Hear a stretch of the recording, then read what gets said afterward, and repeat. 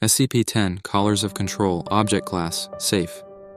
SCP-10 consists of a series of 6 apparently identical cast-iron collars with numbered metal tags and 1 remote control. The control is SCP-10-1. The collars are SCP-10-2 through 7.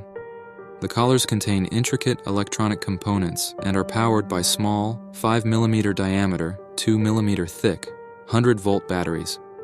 These batteries are rechargeable. The remote is a heavy black box resembling an old-style handheld radio transmitter/receiver with a primitive blue-white cathode ray screen and a series of more than 100 unlabeled buttons, as well as a frequency tuner. Through trial and error, the frequencies of all 6 currently found collars have been discovered. A label in Russian is stamped into the metal along with a logo consisting of workers building a pyramid. No official Russian corporation or government agency uses this logo or matches the words stamped into the metal. Placing the collar around the neck of a person and securing it allows one to control their every movement with the remote. It is also capable of producing an adrenal response and activating or deactivating the sympathetic nervous system. The most abnormal feature of the collars is the effect they have on the body morphology. They allow the user of the remote to reconfigure the shape of the victim to an extent that is apparently only limited by the knowledge of the programming language of the remote. Addendum 10-1 History. SCP-10 was discovered in the basement of a lone man in the Midwestern United States after a local disappearance was connected to him.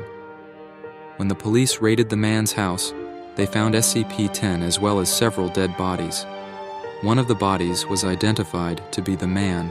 The others were several other missing persons. Cause of death seemed to be mass suicide.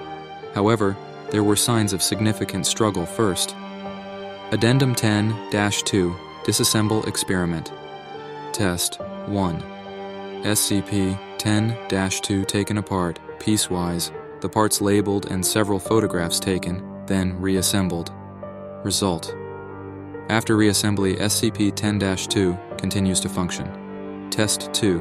SCP-10-8, constructed identically to SCP-10-2, but with the closest approximations available to the unreplicable components. Result: SCP-10-8 fails to function. Test 3. Unreplicable components from SCP-10-2 placed into proper locations on SCP-10-8. Result: SCP-10-2 ceases functioning with removal of components. SCP-10-8 begins functioning. Test 4. Components returned to SCP-10-2. Replicable components in SCP-10-2 replaced randomly with replicas. Result: SCP-10-2 begins functioning with return of components. Changing replicable components for replicas does not significantly reduce functionality. Replacement of a damaged transistor decreased time from transmission to effect of SCP-10-2 response to commands entered in the remote by 12%. Addendum 10-3. SCP-10 has been demonstrated to work more effectively in creating unskilled labor than for any other task. The logo is apt. Dr. Special Containment Procedures. The objects comprising SCP-10 are to be kept in numbered locked boxes at Site-19. They are not to be worn except by test subjects. SCP-10 are only to be removed from storage for testing